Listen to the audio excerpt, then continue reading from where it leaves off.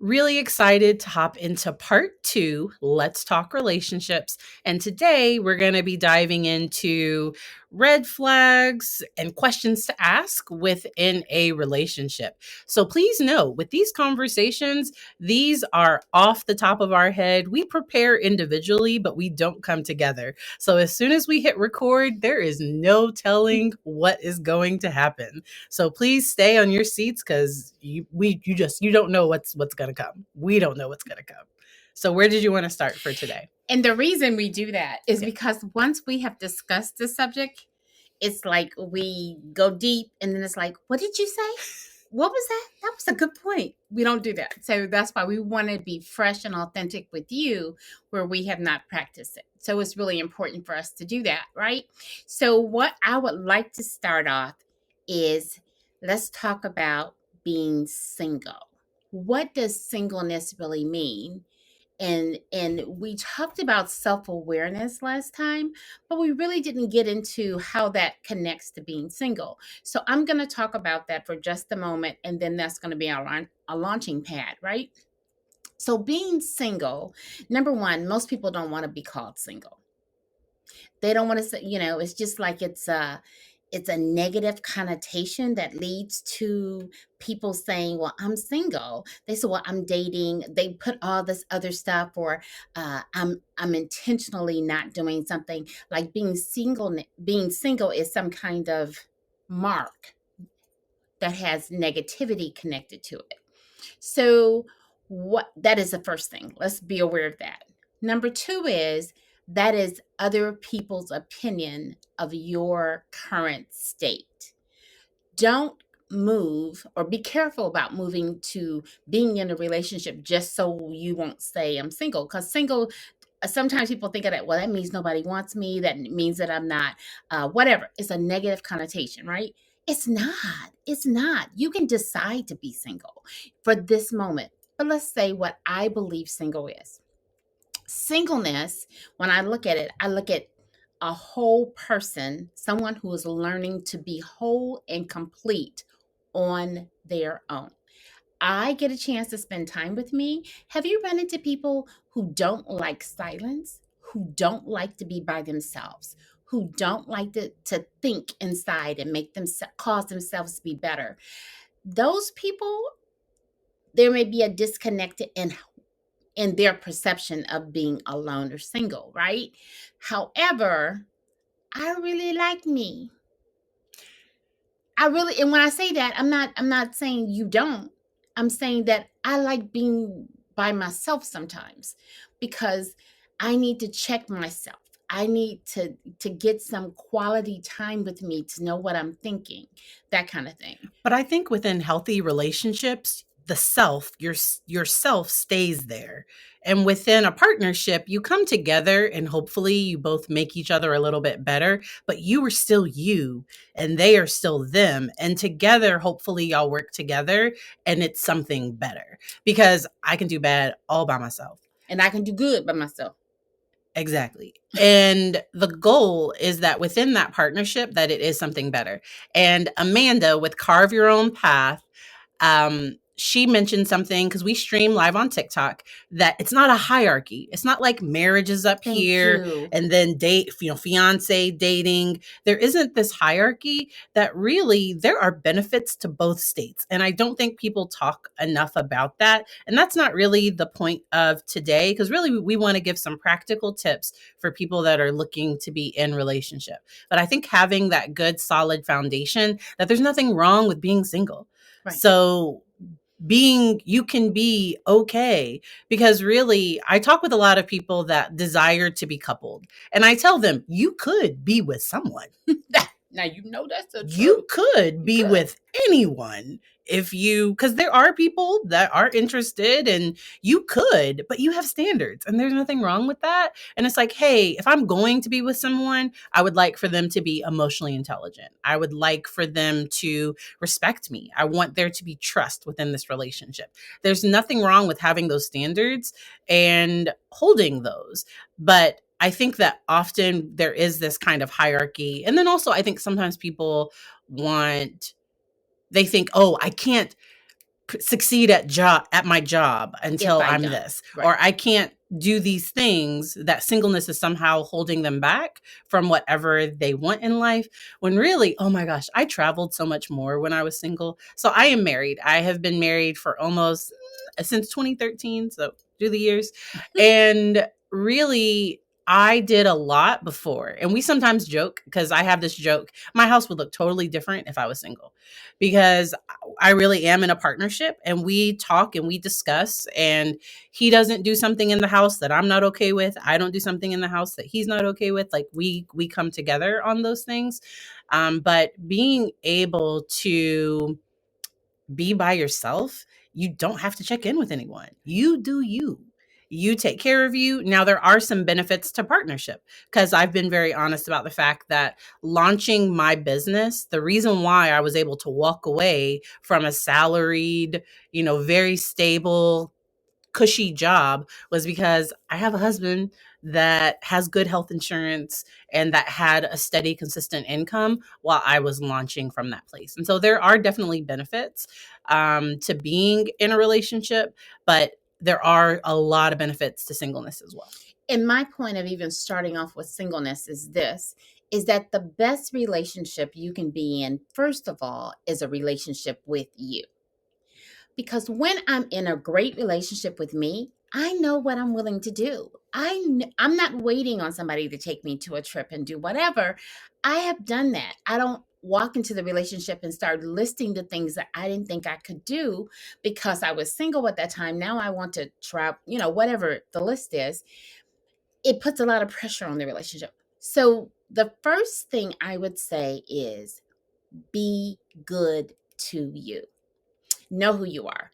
Now, there is a fallacy. I'm just a little bit older than Patrice. No, a little bit older than Patrice. A lot. But anyway, but this is the fallacy that I grew up with. And maybe you've heard it.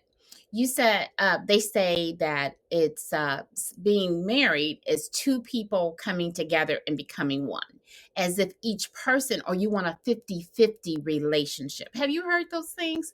Well, in a partnership, it's not I come in halfway and you come in halfway. It's 100% me and 100% you. And that's the thing. A lot of people are great at dating. They're great at those things, but they're not great in a full-time committed relationship. Does that make sense? So the other thing is that what you see, okay, what you see in dating could be a person's representative and not them. So that's a red flag.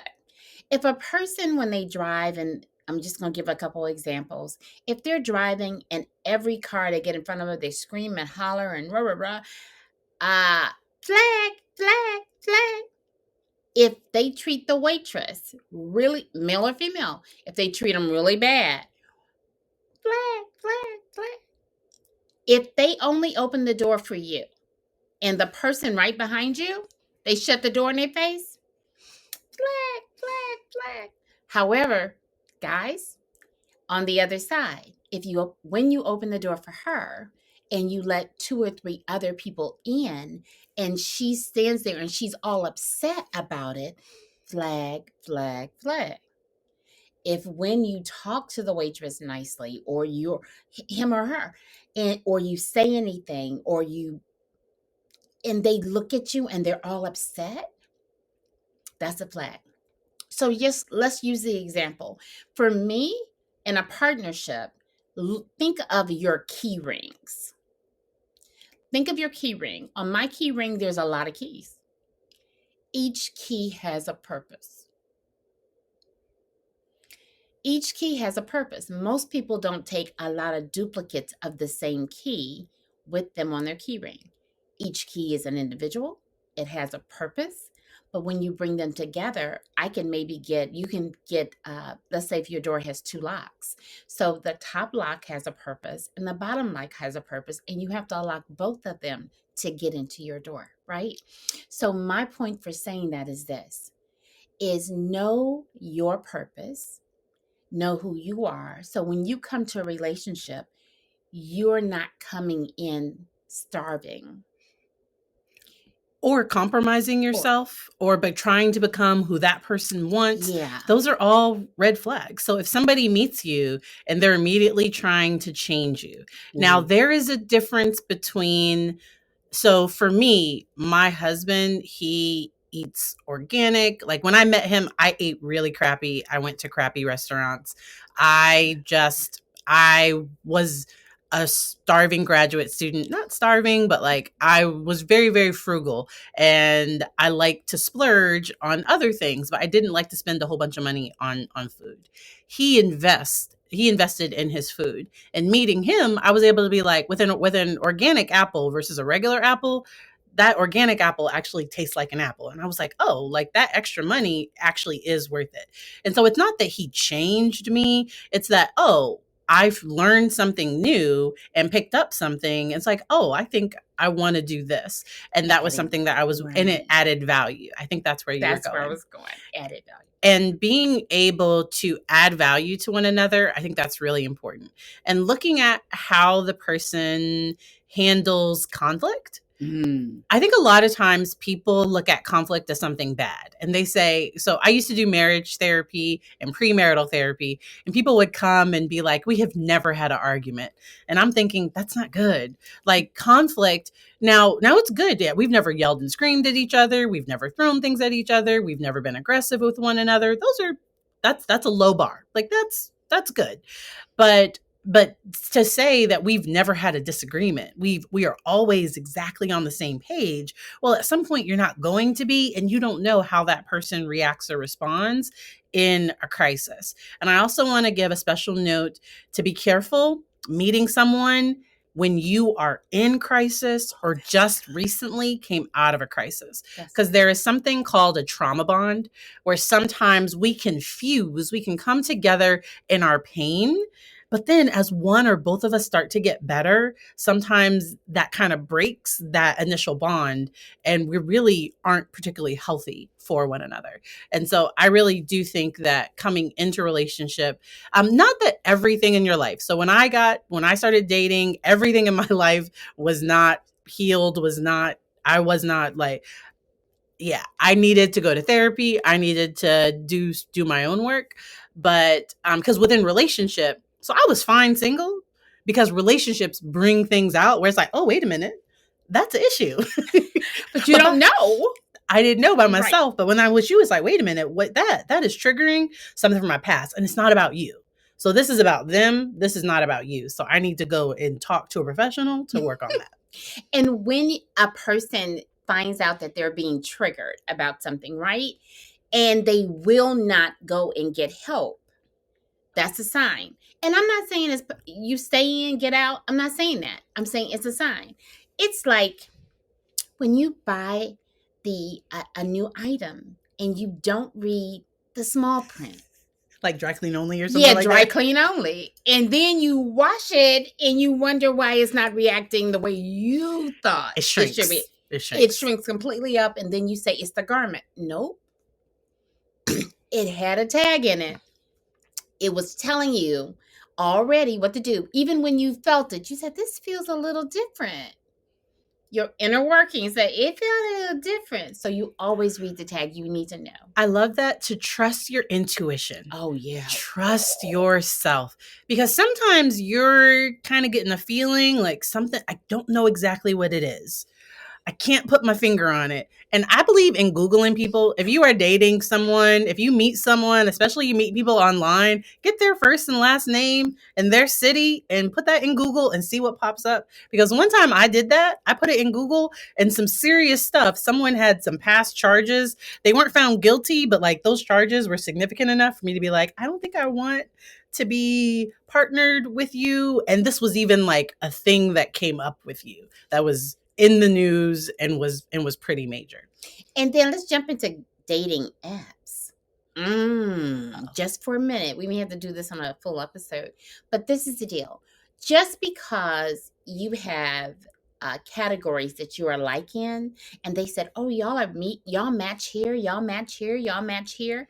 Do you know that you fill out that document? And the person can lie. And the person can lie lie. Or a person can pre-think what the answer should be. And so they put the answer that they think a person would expect. However, the key is in the product showing up. When the product shows up, then you have to listen, which is critical. You have to use your intuition.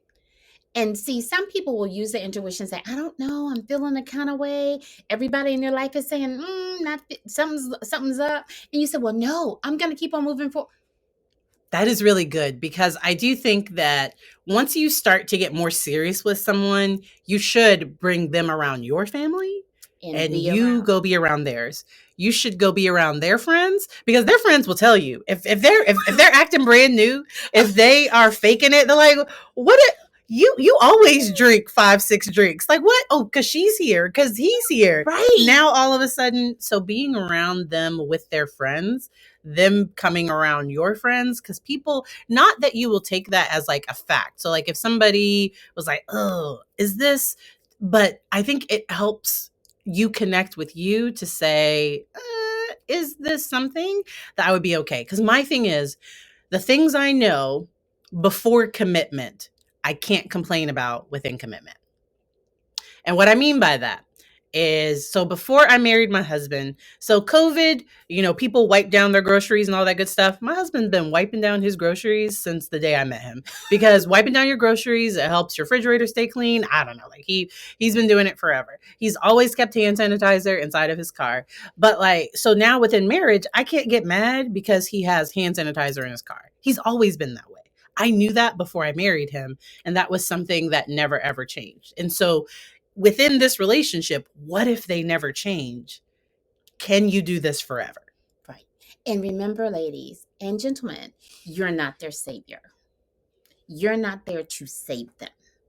Right? And sometimes, ladies, can I talk to you for a minute? Try to. Only man you can change is in diapers. Only woman you can change is in diapers. I don't know. Everybody else, they have to change from within. They have the desire to change. From themselves, not to get you. Can we talk? To get you. Because those are not permanent changes. Those are not. Those are, you're meeting their representative. And when their representative is gone, because their representative is not going to be there every day. So be careful. But what I'm saying is this. A lot of times we want to take on a project. If you know you're the type of person. Pick up a craft, redo your house, volunteer at the YMCA. A project. We're talking about partnership. We're not talking about a project. But it's true. It's true. A lot of you know women. Come on, now you out there, too. And men too. Like, he's never been loved like I love him, or she's never known the life I can bring to her. That's real, like, savor. Like, I don't know. Like, to me, that can set up a really unhealthy dynamic. It is unhealthy. It's not setting up no unhealthy. It is unhealthy. I try to be nice. Because then what happens is you become frustrated, and then you're wondering why it's not working. I've seen this happen where the relationship ends and the one person who was the fixer, now all of a sudden that person defaults back to their factory settings. Stop. Okay, you got to go back. You got to go into there. You got to go in there.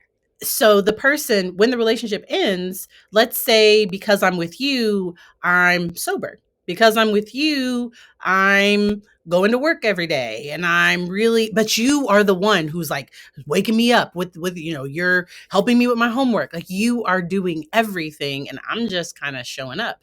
If that relationship ends, I'm going back to how I originally was, because those changes. So change has to be motivated from within.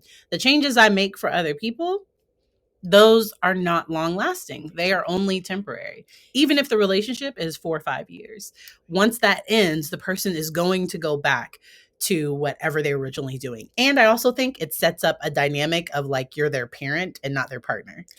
And I'm sorry. I don't. Can we just, let's have I'm going to be the one that brings it up.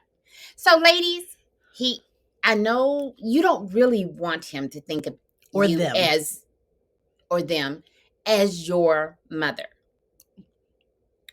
as their mother. Not your mother, but their mother, because That's a little interesting if you're talking about having an intimate, and we know what we're talking about, intimate relationship, right? Intimate kind of thing, relationship. So that's not healthy. So when he projects you and he says, you remind me so much of my mother, and then you start taking care of him and you start, don't you hear the siren going off? The alarm system in your home is going off. And from the psychology side, sometimes people can recreate the things I haven't worked through. We can kind of accidentally end up with people that are a lot like, if I haven't really acknowledged, if I haven't really dealt with that original stuff, and it won't be exact. So if I have a parent that was addicted to this person, it might be a little bit different, but the similarities, the patterns are kind of the same. Or, I always had to work for a lot of attention and affection. And now I'm with somebody where I'm still having to work for the attention and the affection. And so I think sometimes we can recreate some of those problematic patterns. Right. But the question is, do you want to work for all the attention and affection? Or do you want somebody to give it to you willingly without you working for it? And if that's what you find out you want, if you know what your, I'm going to call it love language, there's a great book that Gary Chapman wrote. It's called The 5 Love Languages. Now, this is not to mark or check you off and say, well, this is my love language and whatever. It's to give you insight. Because you could be in a relationship where the person's love language is giving gifts. Your love language may be quality time. And so they keep on giving you gifts and working 90 hours, a day. I know there's not 90 hours in a day, but you get my point. Working all the time, and they think they're showing you love, but that's not the way you love. So knowing, what am I going back to? You got to know you. What makes you tick? What makes your heart happy? And all of those things are important. So then let's talk about just another step of this person, he takes you out to dinner all the time, and you show up a certain way. Well, you don't wake up that way. I told somebody that one day, I said, I'm pretty natural, but I said, I was wearing more makeup, or when I put the lashes on or whatever, this is not the way I wake up, right? I'm just saying, this is not the way I wake up.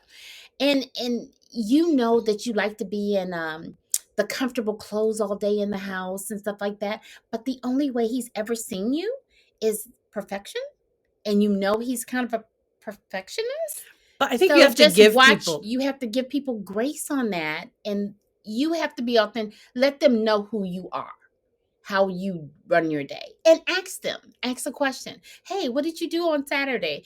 If they sit around, they say nothing, or hung out with the guys all day, and just learn, well, what does that mean? Hanging out or whatever. Ask questions. That's not a bad thing because you hang out with the guys. And it's not a good thing because I chilled at home all day. However, you have to know you, so you know that what you're willing and desire in your life. I do think it's important that people not expect their partner to meet every aspect of them. Because typically you're not going to marry yourself. You're not going to commit to yourself. You're not going to end up with yourself. I could not be with another Patrice. I couldn't be with another Johnnie. Matter of fact, the world could not have another I'm talking about just like me. No. So within my partnership, I am the extrovert. He is the introvert. And we talk. And because if he goes to an event with me, I have to stay with him the whole time, which feels like a punishment to me, but I get it because he feels abandoned, like not abandoned, but like it's good if I stay with him. But like I like to mingle, I like to go around. She's Tigger. I really am Tigger. I really am Tigger. I have my little Tigger cup over there.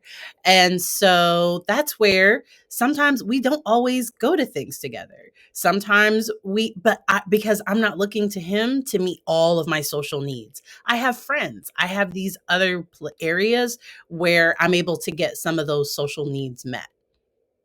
And part of the importance of that is, notice she's saying they get a chance to spend time together, which is healthy, and they get a chance to spend time separate, which is healthy too. So it gives her a chance to just be, bounce around, enjoy whatever. And it gives him a chance for the quietness and the joy, what he loves to do. And when you come together, what happens is you get a chance to share and talk about how your day, what you went through, and laugh and talk and enjoy each other. However, when I expect another person to be just like me, I usually come up short. And disappointment is this. Disappointment is the gap between what I want, what I and what you did, or what happened, what actually happened. That gap is disappointment. And the bigger the gap, the more disappointment. And not that you're lowering your standards, but you're being realistic. Please. So I married an introvert. And if I expect him to be an extrovert, I'm going to be disappointed. And I think being able to communicate, I think that's really helpful. But I did want to go back to some other red flags about control. Within relationships, I believe in a balance of power. That's my own personal thing, because I think somebody else, if you don't have any access to any of the money, I also believe so. I never let a boyfriend borrow money, or I never paid for any bills. I never expected for them to pay any of my bills. That was my thing. That was my own personal thing. I think it can set up some of these like couple type dynamics before we're actually a couple, and or before it's more serious. Because if we're on our fourth date and you're asking me for money, that's a red flag. That's a red flag. Now, if we've been together for, a while, and you're and I offer money, then that is something, because I would probably give it before I let someone borrow it. That's just me. Yeah. But within relationships, somebody that tells you can't go and be with your friends. You can only, no, you can't be around this person. You can't be around that person. Now, it's different if there are certain boundaries. So like me and my partner, just out of respect for one another, we have certain boundaries that we have set up, and not like the whole, like, I don't know, not the like you can never be around someone if I'm not there, like not anything like that, but just a hey, because I had some male friends before we met, and when I get together with those friends, my husband's with me. It just, and their wives are with them. Like we end up all getting together. And so I think being able to have a balance, because there are people that use control as a way to manipulate. So anyone that says, if you leave me, I'm going to, and there are these threats. So I think within a healthy relationship, I should always have the choice to leave. I should be with you because I choose you, because I choose to be with you, because anything else is kidnapping. Anything else is me being held without being against my will. And so I think being able to say, like, hey, I am choosing this person. Like I am with them because I want to be. And then if something happens, if we have and if I need to take space, if I need to set a boundary, I'm able to do that. The key with what you just said is choice. Decisions and choice. When dating, when looking at people to date, remember that even though they may be the star person and everybody looks like they want them, and suddenly you got this person and you feel all amazing, whether it be male or female, she's the most beautiful person, whatever, you still get a chance to choose. And I encourage you to use that choice on a daily basis. What I love about the relationship, even what Patrice was just addressing, is you choose every day. Do you know, by choosing in the dating process, you will choose similarly in the marriage process, if that's where it leads? Because everybody don't get, their breaths, there's a lot of dynamics. Okay. So choosing to be there. And this is the other thing. Know that they're not perfect, and neither are you. So looking for perfection in a relationship, perfect action all the time. And when I say perfect, it's based on your opinion or what you believe should happen, is abnormal. That doesn't happen at work. It doesn't happen in any of our normal societal areas. So it's not going to happen in your marriage. However, when I go down to my list, and this is one of the things we do, I recommend, and if male or female, doesn't matter, go through and just list the things that you're interested in or you desire in a relationship, in a significant other. Just list them. Then go through the list and say, what's non-negotiable. There are some things that's non-negotiable. It's just some things that's non-negotiable.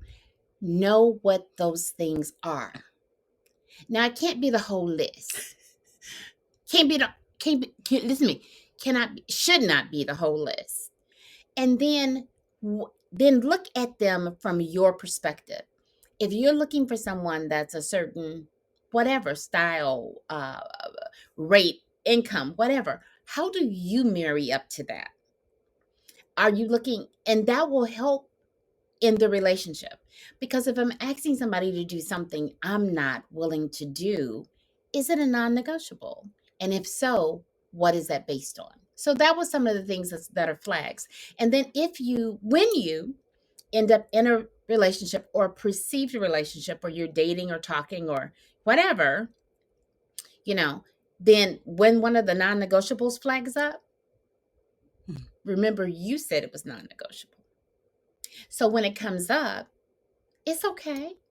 They may go to the friend space. But if by chance you decide I'm just in it to win it, and I know I said it was non-negotiable, but I'm going to be okay because I'm going to, whatever you say, then again, go back to what Patrice said. Don't freak out. I did want to make a special note that sometimes if you grew up in chaos, chaos can sometimes feel normal. And so that's where I think doing work, because making sure that you're not accepting anything that is not safe for you emotionally, physically, in every way, making sure that you have safety within your relationship. Because sometimes if boundaries have been crossed, sometimes it can be harder to set up some of these boundaries. Mm-hmm. And so making sure that you have safety within the relationship, I think that's extremely important. And I think that should be everyone's non-negotiable. Somebody that I can be safe with. And now there are times, because safety is a feeling. So if I am feeling unsafe, and it's not because of this person, like this person isn't, but like it's because of some stuff within me, that's where therapy, I'm gonna work on that. But within this partnership, within this relationship, I think being able to find safety. What is your final tip for finding a healthy relationship? My final tip is, I'm going to go back to my original, is do a deep dive in you. Then, I know you said tip as in one. No, and then do a deep dive. And when I say deep dive, I don't mean go back and, for you, I do mean go in and find out who you are and what you desire. And we've talked about some things with that. Then look at the last couple relationships and find commonalities in them. Look at, and not to search the people, but to search you. How did you feel in it? And what were the things that caused you to be happy? And then when you enter in, don't separate yourself from people that you were in relationship with. Sometimes people will get into a relationship and then suddenly they'll go into hiding. And like drop all their friends and everything. Yeah, don't do that, because your friends are in your life for a reason. So consider that. Look at those things. My final tip is just some questions to consider talking about. And when you don't ask these questions date 1. No. Like these are like date 3 or 4. Just like, hey, so how was your last relationship? And what happened?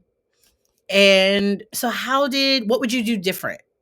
What do you do different? Because if the person is like, oh, the other person was this, the other person was that, the other person, and they're not saying anything about them, there's nothing they could do different. There was nothing they did wrong in that relationship. 9 times out of 10, you might be a lot like that person that they just left, because sometimes people have types and it's like a whole odd thing. And so making sure that you are feeling comfortable enough to ask some of those questions.